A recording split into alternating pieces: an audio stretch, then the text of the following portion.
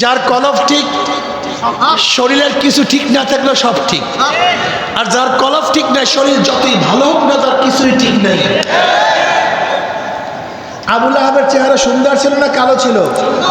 অগ্নি স্কুলঙ্গের বাপ আবুল লাহাব, অগ্নি স্কুলঙ্গের বাপ, কিন্তু জাহান্নামের কীট হয়ে গেছে।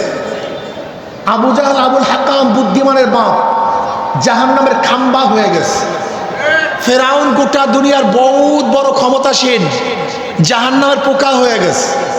কারুনের এত টাকা, কথিত আছে 70টা উট লাগতো শুধু স্বর্ণ মুদ্রার গোটাউনের চাবি বহন করার জন্য। জাহান্নামের কয়েদি হয়ে গেছে। সাদ্দাত মাওলার জান্নাতে ঢুকবে না, নিজে জান্নাত বানাইছে, আল্লাহ পাক চিরতরে জাহান্নামী বানায় দিছে। অথচ দেখা যায় সোয়ায়েব রাদিয়াল্লাহু তাআলা আনহু, বেলাল হাবশী রাদিয়াল্লাহু তাআলা আনহু, এদের অবস্থা কত কঠিন ছিল। আবু হুরায়রা রাদিয়াল্লাহু ফরমান, ক্ষুধার তাড়নায় মসজিদের সামনে বেহুশ হয়ে পড়িয়া আছি। মানুষ ভাবছে ভূতে ধরছে, পাড়াইয়া গেছে, কিন্তু আসলে ভূতে ধরে নাই, ক্ষুধার তাড়নায় বেহুশ হয়ে পড়িয়া আছে। আবু হুরায়রা রাদিয়াল্লাহু ফরমান, মসজিদ থেকে বের হলাম, পেটে ক্ষুধা, চিন্তা করলাম কেউ যদি চেহারার দিকে তাকায়, একটু দাওয়াত দেয়, কমপক্ষে তো একবেলা খেতে পারবো। মসজিদ থেকে বের হয়েছে ওমর ইবনে খাত্তাব রাদিয়াল্লাহু তাআলা আনহু। আমি তাকে সালাম দিলাম, তিনি সালামের জবাব নিলেন। আমি মাসালা জিজ্ঞাসা করলাম, মাসালা আমি আগের থেকেই জানি, মাসালা জানার উদ্দেশ্যে আমি প্রশ্ন করি নাই, বরং ক্ষুধার্ত আমি মাসালা জিজ্ঞাসা করবো, সে আমার মাসালার জবাব দিবে।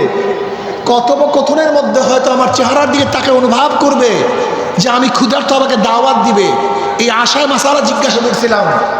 কিন্তু তিনি মাসালার জবাব দিলেন, আমাকে দাওয়াত দিলেন না। আমি বুঝতে পারছি আমাকে খাওয়ার মতো তার ঘরের মধ্যেও কিছু নেই। এরপর আবু বকর সিদ্দিক রাদিয়াল্লাহু তাআলা বের হয়েছেন।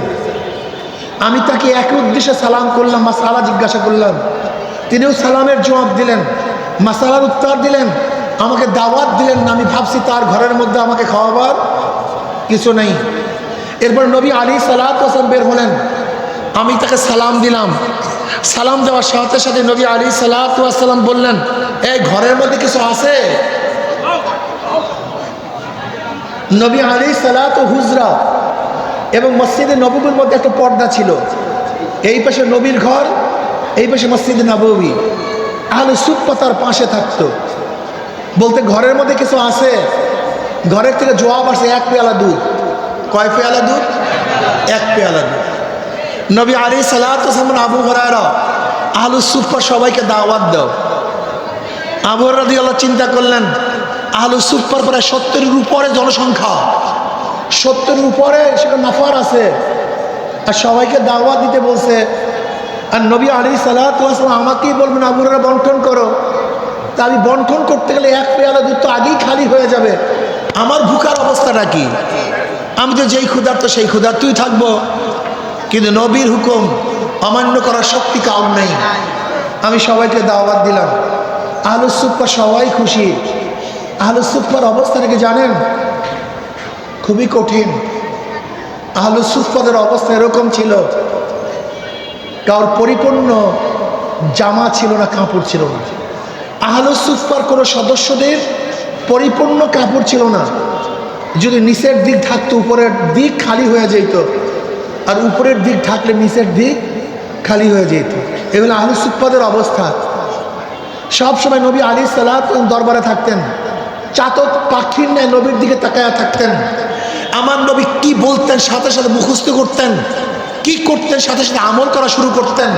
ওনাদের দুনিয়ার কোনো কাজ ছিল না, সারাদিন কাজ ছিল ইলম এবং আমল। 24টা ঘন্টা এই কাজ করতেন। আবু হুরায়রা রাদিয়াল্লাহু যখনই দাওয়াত দিলেন, সবাই খুশি, আজকে নবীর ঘরে দাওয়াত। সবাই বসছে, লাইন দিয়ে বসছে, কাতার দিয়ে বসছে।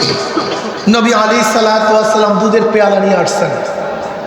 দুধের পেয়ালা আমার হাতে দিয়ে বলতেছেন, আবু হুরায়রা পান করো, আবু হুরায়রা পান করো।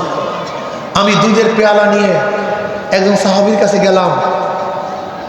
সে দুধের থেকে চুবুক দিছে, আমার কাছে পেয়ালা ফেরত দিছে, আল্লাহর কসম ওই পেয়ালার থেকে একটা ফোঁটা দুধও কমে নেই।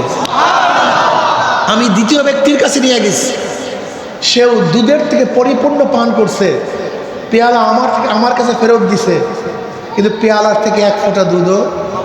এরকম করতে করতে করতে করতে আমি সমস্ত আহলে সুফফার সবাইকে দুধ পান করালাম। 2 সপ্তাহ কসম, যার কুদরতি হাতের মধ্যে আমার জীবন, পেয়ালার থেকে এক ফোঁটা দুধও কমে নেই। এরপর নবী আলাইহিস সালাতু ওয়াস সালামের কাছে আমি পেয়ালা ফেরত দিলাম।